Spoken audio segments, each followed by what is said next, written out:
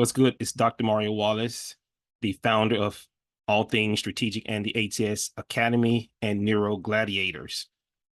Today's lecture is on strategic alignment.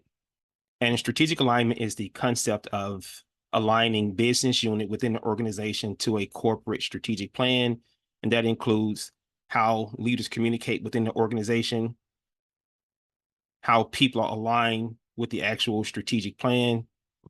Before I jump into the topic, I want to cover the foundation of strategy management. And I would do that through the guidance of a PowerPoint presentation to take you through each step so you can truly understand how to conceptualize this concept of strategic alignment and how to practice it in your organization. When you think of strategic planning in an organization, you have to think of time. What's the strategic destination, or when would the plan end in the future, and the value that the strategic plan will bring the organization. Now, day-to-day operations within an organization consist of business as usual activities. And as you can see, there's a flat line that's going across the time barrier. What that means is that when people continue to do the same thing within the organization, value does not increase. It stays flat. Only when there is a vision that focuses on the future and has a strategic destination is when we begin to see value increases within an organization. What happened is, as you develop strategic objectives and goals, strategic initiatives, measures and targets, right, we begin to close what we call the value gap within a strategic plan. We have to stretch the resources and stretch the people within the organization in order to create the value that's desired for the new plan in order to compete within the market. But another thing about strategic planning is understanding how do you build a strategy-focused organization. We can throw strategic plans at any organization, but if the organization is not rooted in a strategy-focused concept, strategic plan, after 6 to 12 months, will eventually end up on a shelf. So let me talk about the drivers of a strategy-focused organization. First of all, when we have a large organization, there are multiple business units. And within the organization, business units have their own strategy, their own focus and competitiveness in their own industry. Thus, they tend to align with their industry and compete against the competitors or competition within their markets. So it looks more like a misaligned organization as this particular era. If you think of the larger gray area, that's the direction of the organization, or what I consider a corporate strategy. And the red areas are the direction that the individual business units go as it relates to their industry and how they compete.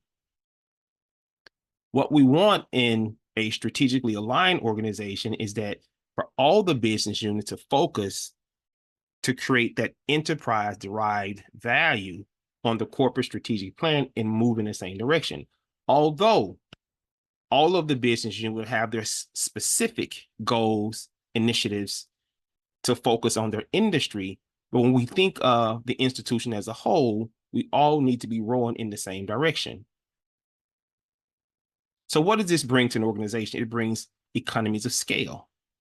With low resources, we can leverage whatever resources we have and still create a competitive advantage. It aligns business units across an organization.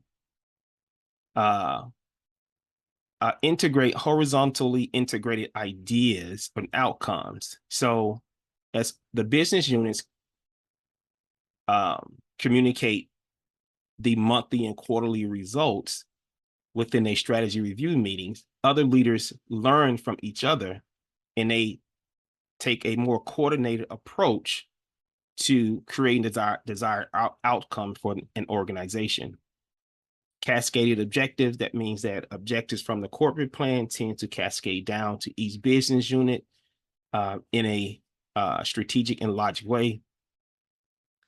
The budget, as it relates to the corporate strategy, and the strategic initiative that's associated with the corporate strategy, those strategic initiatives will cascade down into the business units who will own them, but they will be budgeted at the corporate level, not at the business unit level, in order to prevent competing priorities and shared resources.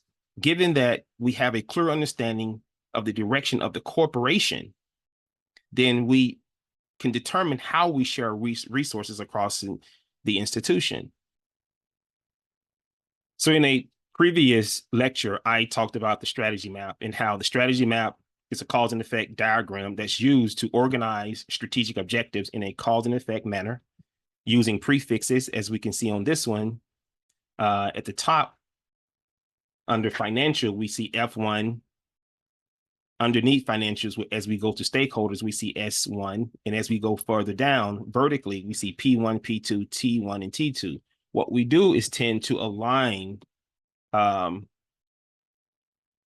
with these strategic objectives, measures and targets, as well as initiatives. We want to know exactly how they align and which strategic objectives they are aligned to. The bottom of the strategy map identify intangible assets, such as the people, the technology, and the culture. And at the top of the strategy map, on the financials, it identifies the tangible outcomes, the expectation that we plan to gain from our strategy. To test the validity or the strength of the intangible assets within the organization, we have to determine if those intangibles, the people, the technology, and the culture, are driving performance toward the financial outcomes and the stakeholder outcomes within a strategic plan.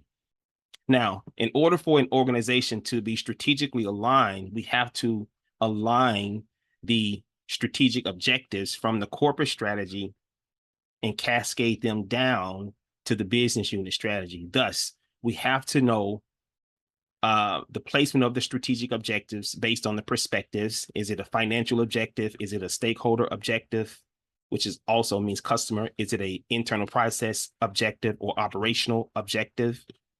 Or is it a talent and technology objective? We have to know the placement or the perspective of the objective in order to cascade it down into a business unit. If we look at this particular formula and we start to the right, we see enterprise value proposition. The first thing within a strategic plan, a corporate strategic plan, for the purpose of alignment and cascading, is to determine what is the enterprise value proposition. What do a corporation want to expect? The business unit within a corporation are portfolio opportunities across an organization. So the business unit must understand the portfolio of objectives across an institution to understand what is the total enterprise derived value for the organization. So the first thing is we set what is the enterprise value proposition.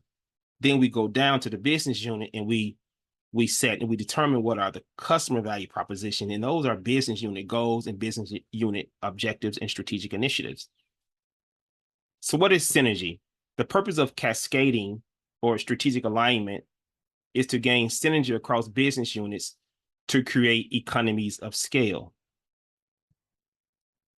So with cascading, there are there's two ways to cascade down into an organization. One is a top-down approach and one is a bottom-up approach. The top-down approach consists of the leaders of the organization developing the corporate strategy first, and then cascading those corporate strategic objectives down into the actual business units. The business unit work collectively together to create more of a horizontal synchronicity within the organization as it relates to the resources that's shared.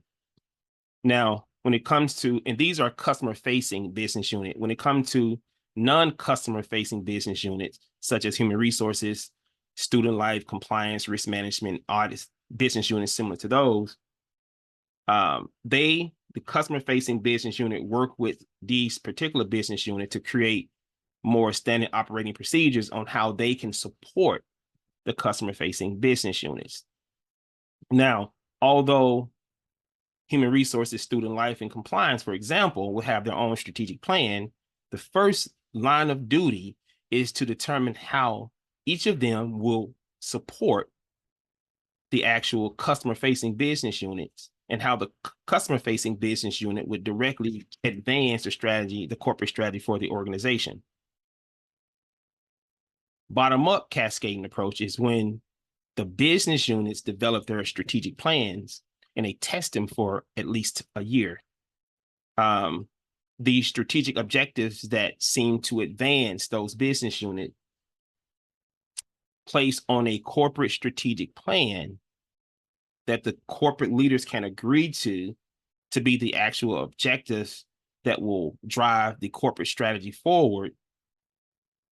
Then those business units create, again, a more harmonious or horizontal synchronization of resources, then meet with those non-customer facing business unit to determine what resources they need from them to develop those strategic plans. We have to figure out how do we cascade down from corporate or reconcile strategy within the organization. So there are three types of ways to cascade down into the organization. One is mandatory. On the parent or the corporate strategic plan, there may be mandatory strategic objectives that go across multiple business units, or maybe just one, such as the financial business unit, as it relates to managing the financial outcomes and transaction within the organization. If it's a mandatory, that means that that strategic objective and the way it is written and the initiatives, measuring targets associated with it must cascade down to a specific business unit. It's more like a copy and paste approach to strategy. And the resources associated with it, which may come from the corporate leaders, will actually be aligned and tied to that strategic objective. Now, the second type is contributory, and that is some elements are translated to articulate unique contributions.